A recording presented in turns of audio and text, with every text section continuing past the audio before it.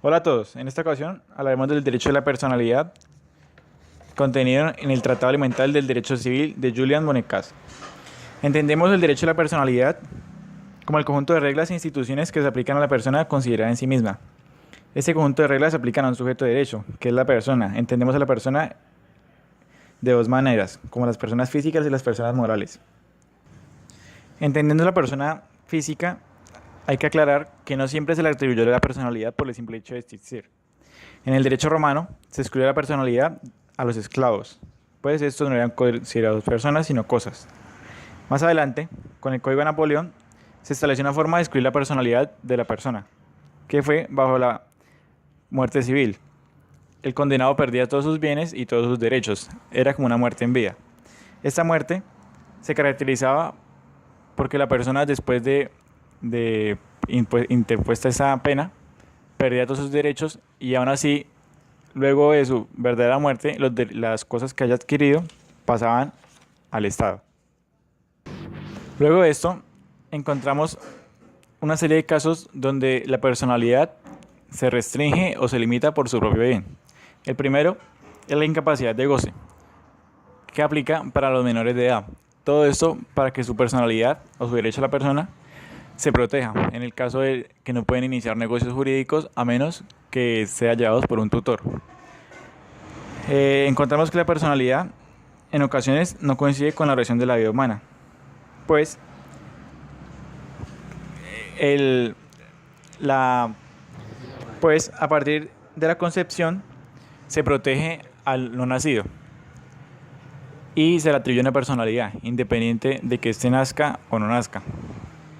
En este caso, la personalidad física tiene más duración que la vida humana.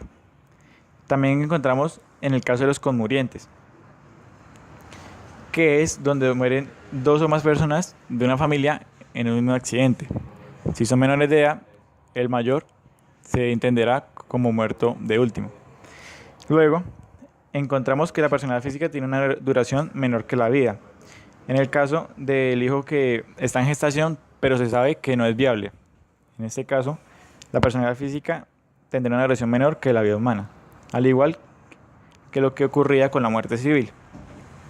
En la tercera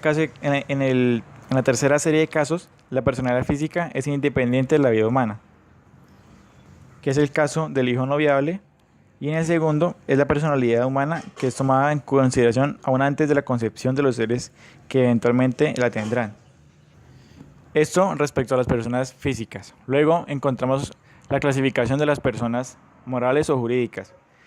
Encontramos que las personas morales se dividen en dos: personas morales de derecho público y personas morales de derecho privado. Las de derecho público hacen parte, son la manifestación de la autoridad pública y todo lo que tenga que ver con la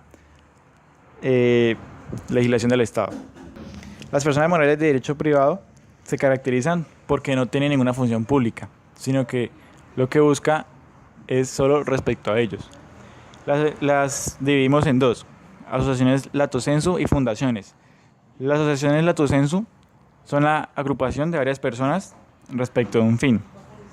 Esta es una agrupación que crea a una persona jurídica y que es conformada con las personas físicas. Las fundaciones,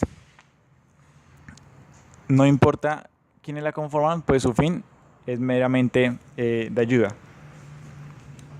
Encontramos que las asociaciones lato sensu se caracterizan porque tienen un fin meramente pecuniario, mientras que las stricto sensu, no, el fin no es pecuniario sino que es otro. En las asociaciones lato sensu, las personas responden por el monto de sus aportes y el patrimonio de esas es independiente del patrimonio de la persona jurídica que se creó.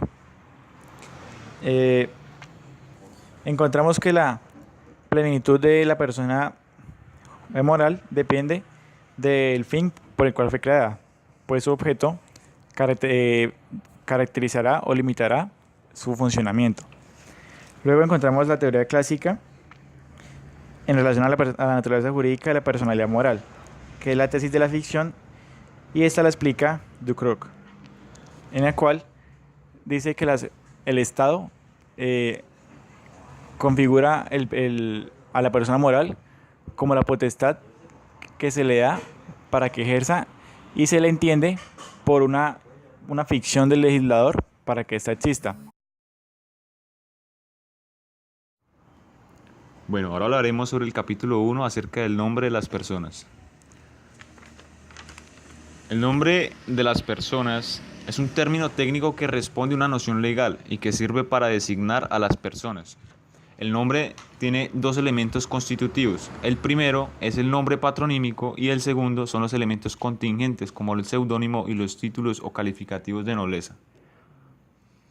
Cuando hablamos del apellido o el nombre de las personas en estricto sensu, nos quieren decir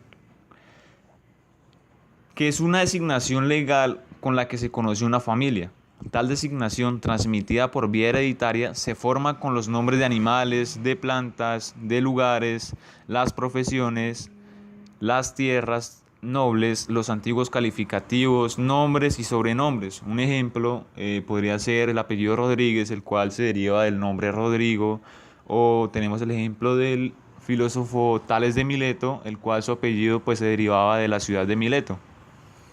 Cuando hablamos de sobrenombre o seudónimo, hay que saber que estos dos son algo completamente distintos. Cuando hablamos de sobrenombre, nos referimos a la mención o apodo con que se le conoce a una persona debido a sus características o algo que haya ocurrido con ella, y así le conocen sus personas cercanas. Y cuando nos referimos al seudónimo, es un apelativo que se asigna a una persona, ella misma se lo asigna para que el público lo conozca con tal nombre ficticio. Esto mayoritariamente es usado en la literatura, en el periodismo y en el teatro.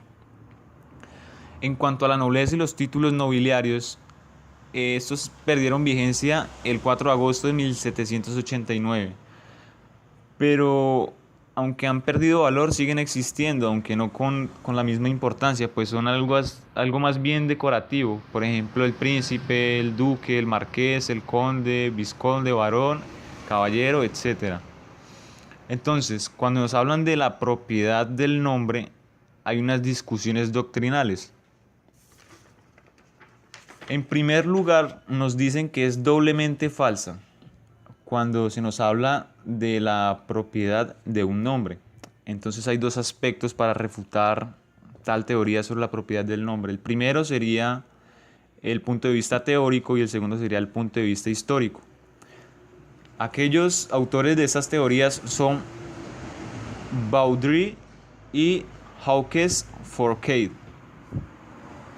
Ellos hablan de que en cuanto al punto de vista teórico, es imposible concebir una propiedad sobre el nombre porque el nombre como tal no puede ser de una sola persona. Si una persona fuera propietaria de su nombre, esto querría decir que las demás personas son excluidas de utilizarlo, y esto es falso, pues podemos ver que una persona puede, y hoy en día muchas personas poseen un mismo nombre, lo que quedaría como inválida la teoría en cuanto a lo teórico de la propiedad del nombre.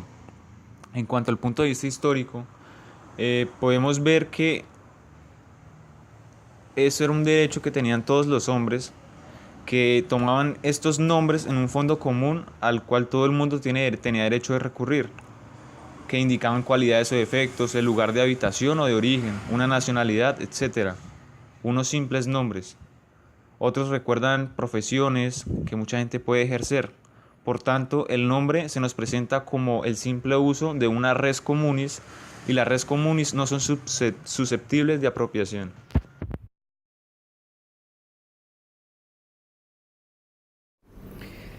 Capítulo 5. El capítulo 5 trata las consecuencias inherentes a la noción de la personalidad moral, la expresión material y el alcance práctico. Para analizar este capítulo es primordial primero analizar dos observaciones preliminares importantes. La primera de estas es que, salvo a las diferencias de carácter orgánico o biológico que separan las dos categorías de personas, las personas naturales y las morales, la expresión material de su actividad jurídica debe ser la misma. La segunda observación preliminar es que la personalidad moral se traduce, en primer lugar, por la autonomía reconocida a su patrimonio respecto a los patrimonios de las personas en cuyo agrupamiento se basa la existencia de la dicha persona moral. El capítulo 5 plantea 4 proposiciones importantes de las cuales se derivan las diferentes consecuencias. La primera proposición es que todo sujeto de derecho, es decir, toda persona, tiene necesariamente un patrimonio. Este es, por la fuerza misma de las cosas, tan independiente de los demás patrimonios como lo es el sujeto de derecho. De aquí parten varias consecuencias. La primera es que el patrimonio de la sociedad, llamado patrimonio social, constituye la garantía exclusiva a los acreedores sociales. Ante los acreedores de los asociados o acreedores individuales, es decir, los acreedores personales, estos no tienen ninguna acción en contra del patrimonio social. Claro está que para todo hay una excepción. En este caso, hablamos de las sociedades colectivas en las que los patrimonios de los socios están vinculados al patrimonio social. La segunda proposición es que la autonomía del patrimonio de la persona moral no impide a los miembros tener respectivamente un derecho sobre este patrimonio. Este derecho no es, por lo menos durante toda la vida de la persona moral, ni de propiedad pura y simple, ni de copropiedad, ni una parte indivisa en el sentido técnico de estos términos.